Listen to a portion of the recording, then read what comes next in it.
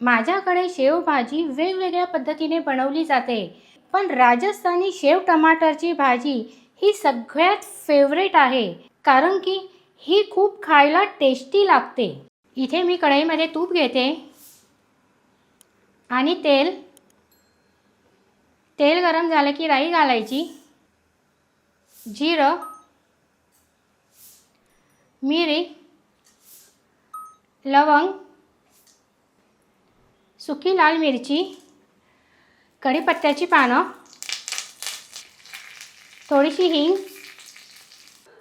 आता याच्यामध्ये बारीक चिरलेला कांदा घालायचा आहे। आता कांदा इथे नरम होईपर्यंत परतून घ्यायचा आहे। इथे तुपाचा नक्की वापर करा, तुपामुळे भाजीला खूप छान चव येते। तुम्हाला माहीतही नसेल, राजस्थानी शेव टमाटरची भाजी इतक्या कमी घरगुती साहित्यांमध्ये बनते आणि तेवढीच ती टेस्टी सुद्धा लागते। इथे बोलता बोलता बघा, कांदे आपले नरम झालेले आहेत। आता आपल्याला ह्याच्यामध्ये अद्रक आणि लसूणची पेस्ट घालायची आहे आणि हिला सुद्धा याचा कच्चेपणा जाईपर्यंत परतून घ्यायचं आहे। इथे तुम्ही अद्रक आणि लसूण बारीक कापून सुद्धा टाकू शकतात। इथे कांदा हलका हलका गुलाबी झालेला आहे। आता आपल्याला ह्याच्यामध्ये टमाटरची पेस्ट घालायची आहे आणि याला पण तेल सुटेपर्यंत चांगलं परतून घ्यायचं आहे। इथे बघा, टमाट्याला हलकं हलकं तेल सुटायला लागलेलं आहे।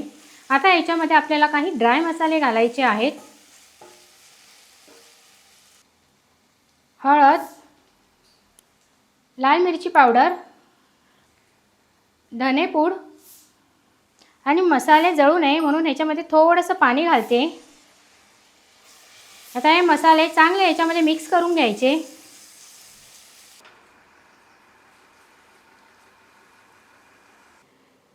इथे मी दुधावरची मलाई घेतलेली आहे, ही घालायची।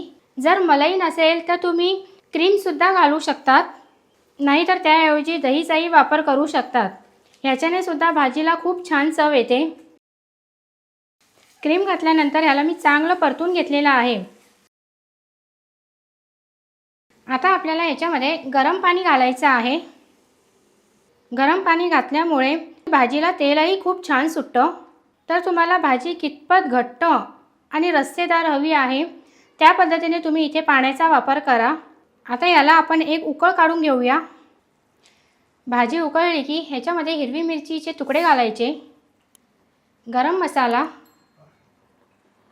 कसुरी मेथी, चवीप्रमाणे मीठ, हे सगळं चांगलं मिक्स करून घ्यायचं। सगळ्यात शेवटी इथे गरम मसाला आणि कसुरी मेथीचा वापर करायचा, म्हणजे त्याची चव जी आहे ना भाजीमध्ये खूप छान उतरते। आता ह्याच्यामध्ये टमाट्याचे काप ठेवायचे, वरून थोडीशी कोथिंबीर घालायची।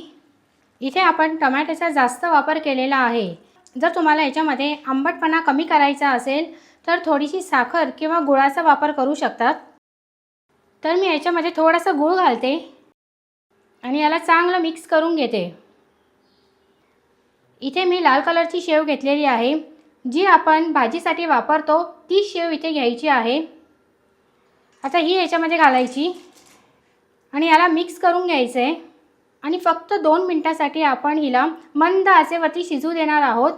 तुम्ही पण माझ्या पद्धतीने बनवून बघा, धाब्यावरची भाजी खाणं सोडून द्याल। हे घ्या, इथे आपली राजस्थानी शेव टमाटरची भाजी बनवून तयार झालेली आहे। आता हिला आपण डिशमध्ये काढून घेऊ। काय मस्त भाजी झालेली आहे आणि तेवढीच टेस्टी, म्हणूनच माझ्या घरात ही सगळ्यांची फेवरेट आहे। आणि व्हिडिओ आवडला तर लाईक, शेअर आणि सबस्क्राईब नक्की करा।